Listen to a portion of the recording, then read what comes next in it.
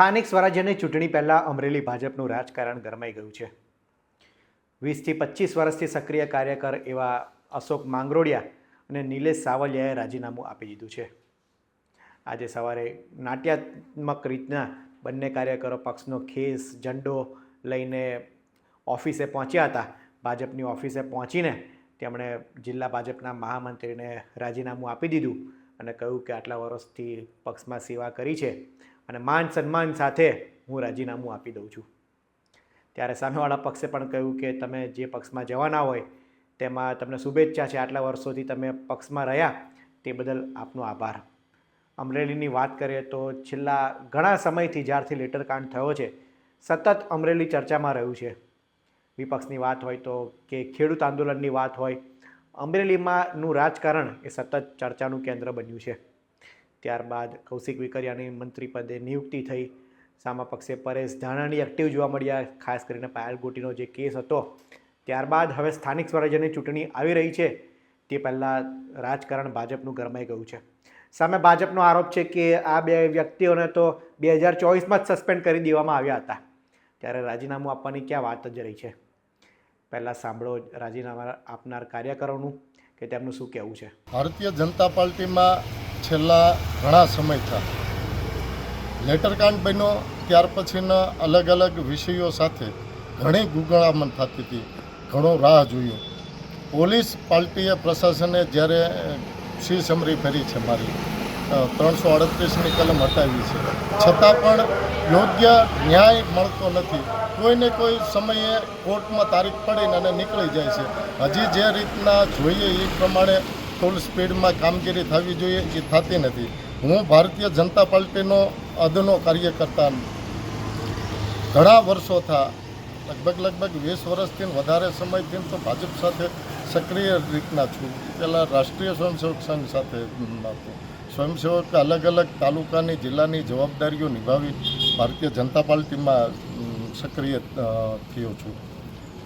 ભારતીય જનતા પાર્ટીની હિન્દુત્વની વાત ઘરે ઘરે પહોંચાડવામાં મારે જિંદગીના 25 વર્ષ જેવી ખર્ચી નાખ્યા હોય અને છતાં કોઈ મુદ્દા વગરના મારી ઉપર એલિગેટ થયા હોય અને એમાં પાર્ટીના અલગ અલગ સ્ટેજ ઉપર અલગ અલગ ફોરમ ઉપર રજૂઆત કરેલી હોય અને હજી સુધી ન્યાય ન મળતો હોય. માત્ર એક જ વ્યક્તિના આધારિત પાર્ટી અત્યારે ચાલતી હોય એવું જ લાગે છે.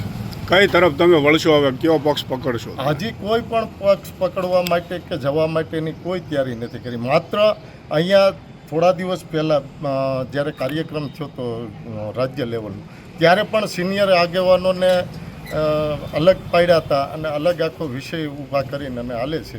આ બધું જોઈને હવે એમ થાય છે કે ભાઈ પાર્ટી શ્યામાપ્રસાદ મુખર્જી, દીનદયાળ ઉપાધ્યાય, અટલ બિહારી વાજપેયી અને અહીંયા ગુજરાતના પનોતા પુત્ર કેશુબાપાના નામ ઉપર જેવી રીતના બુટ્ટો અત્યારની રાજનીતિમાં લાગી રહ્યો છે, એટલે એમ થયું કે ભાઈ હવે ઘણું થયું, અહીંથી પૂરું કર્યું. અશોક માંગરોળિયાના આરોપ પર અમરેલી ભાજપના નેતાએ કહ્યું છે કે તેમને પહેલાં જ પક્ષમાં જે સસ્પેન્ડ કરી દેવામાં આવ્યા હતા ત્યારે અત્યારે સ્થાનિક સ્વરાજ્યની ચૂંટણી આવી રહી છે ત્યારે ખોટી રીતના ભાજપને બદનામ કરવા માટે નાટકો કરી રહ્યા છે.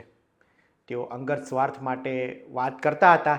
તેમનો માંગ પૂરી નહીં થઈ હોય, કોર્ટમાં કેસ ચાલી રહ્યા છે, જે રીતને તેમણે વાત કરી છે ત્યારે તેમની માંગ ન સ્વીકારાતા તેમણે રાજીનામું આપી દીધું છે. અમારા સસ્પેન્ડેડ 29/12/2024ના રોજ પ્રાથમિક સભ્ય પદેથી અમે સસ્પેન્ડ કરેલા અશોકભાઈ કનુભાઈ માંગરોળિયા, જસવંતગઢ, તાલુકો અમરેલી, જિલ્લો અમરેલી, અને અમારા નિલેશભાઈ વિરજીભાઈ સાવલિયા, જેઓ અમારા પ્રાથમિક સભ્ય પદે ભૂતકાળમાં ભારતીય જનતા પાર્ટીમાં કામ કરતા હતા.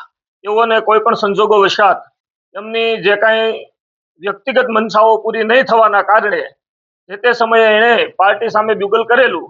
એ દરમિયાન 29/12/2024ના રોજ તત્કાલીન અમારા ત્યારે ભારતીય જનતા પાર્ટીના પ્રમુખ ઘનશ્યામભાઈ ત્રાપસિયા દ્વારા જેઓને પ્રાથમિક સભ્ય પદેથી પણ સસ્પેન્ડ કરેલ છે.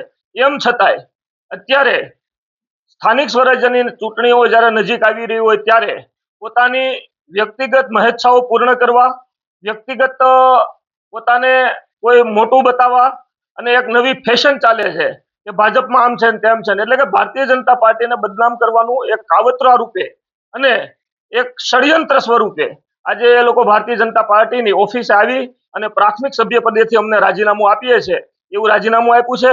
અમે અત્યાર સુધી ભારતીય જનતા પાર્ટીમાં કાર્યકર્તા તરીકે એઓએ કામ કર્યું છે એ બદલ એમનો આભાર માન્યો છે, ધન્યવાદ આપ્યો છે અને ભવિષ્યમાં કદાચ ભારતીય જનતા પાર્ટી છોડી અને અન્ય કોઈ વિચારધારા સ્વીકારે તો આ દેશમાં લોકશાહી છે, બંધારણીય હક મુજબ તેઓ કોઈ પણ વિચારધારા સાથે સહમત થઈ અને બીજી વિચારધારાને સ્વીકારે એની અમે એમને શુભેચ્છાઓ પાઠવેલ છે.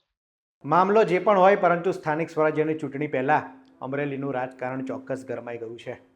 સૌરાષ્ટ્રની રાજનીતિ પર ખાસ નજર રહેલી છે. સ્થાનિક સ્વરાજ્યની ચૂંટણી હજી જાહેર થઈ નથી તે પહેલાં ભાજપ, કોંગ્રેસ, આમ આદમી પાર્ટી તમામ પક્ષો સક્રિય થઈ ગયા છે અને સૌરાષ્ટ્રમાં ખાસ આવી બેઠકો છે જ્યાં કાંટાની ટક્કર થઈ શકે છે તેની પર સૌની નજર રહેલી છે.